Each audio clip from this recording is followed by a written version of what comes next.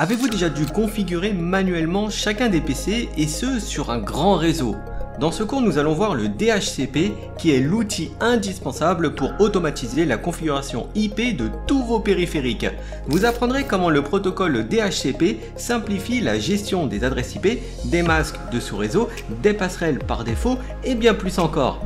Alors êtes-vous prêt ou prête à découvrir les mécanismes d'allocation dynamique, automatique et statique, mais aussi à comprendre comment le DHCP peut transformer votre réseau en un système efficace et sans tracas.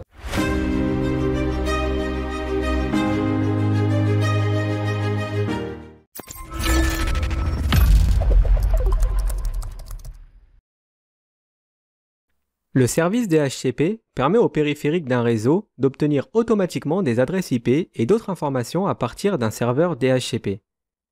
Ça permet d'automatiser l'affectation des adresses IP, des masques de sous-réseau, des passerelles par défaut et d'autres paramètres de réseau IP.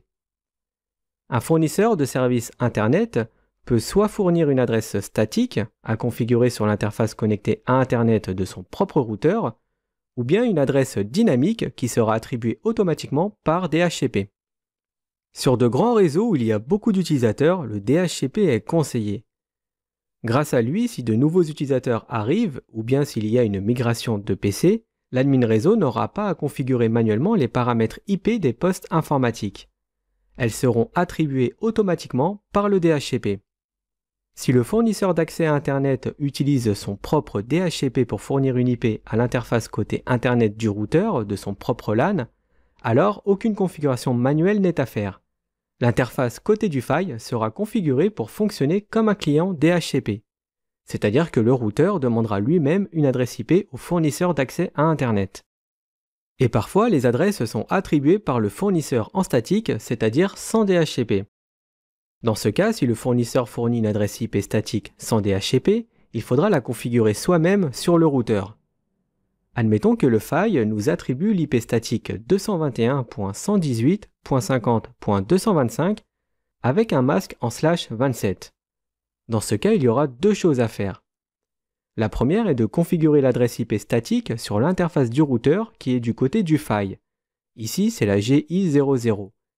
Et la deuxième chose à faire est de configurer une route par défaut qui transmettra tout le trafic destiné à Internet vers l'interface qui est à l'autre bout du routeur, c'est-à-dire chez le fournisseur d'accès à Internet.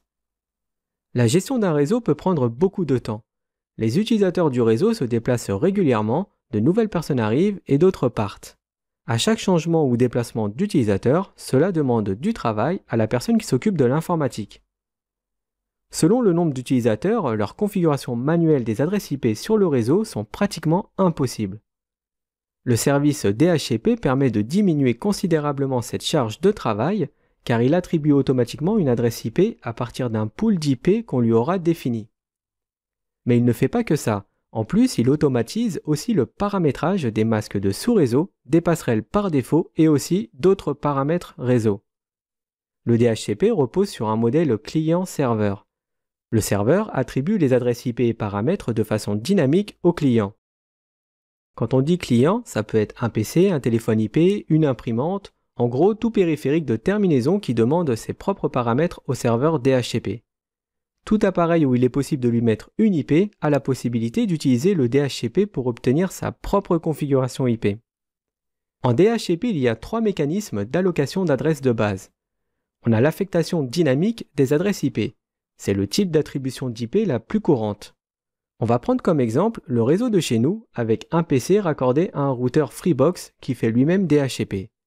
Dès que le PC démarre, le service client DHCP déclenche un broadcast du type DHCP Discover qui inclut l'adresse MAC du client. Si un serveur DHCP est en écoute sur le même sous-réseau, il répondra avec un message du type DHCP Offer. Et comme son nom l'indique, ce message offrira une adresse IP non utilisée à partir d'un pool d'adresses qui se trouve sur le serveur DHCP. Pour accepter l'adresse que le serveur lui aura proposée, le client répondra avec une trame DHCP Request. Le serveur marquera alors l'adresse IP comme étant utilisée dans sa base de données et enverra un message de type ACK au client pour confirmer cette attribution. Ensuite, le serveur démarre son compte à rebours. C'est une minuterie d'allocation de l'adresse. Lorsque ce temps d'allocation est terminé, le serveur DHCP peut récupérer l'adresse et la renvoyer à son pool d'IP pour la distribuer plus tard à un autre hôte.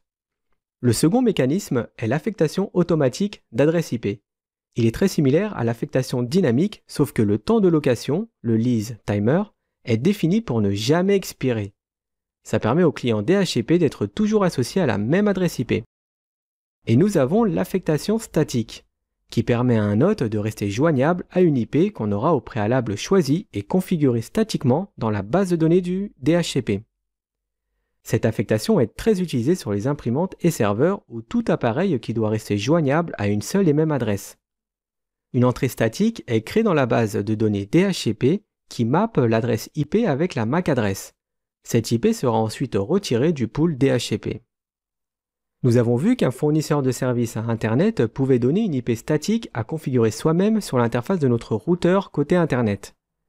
Dans d'autres cas, une IP peut être fournie par le DHCP. Si le fournisseur d'accès utilise un DHCP pour distribuer une IP à notre interface GI00, alors aucune adresse ne pourra être configurée manuellement.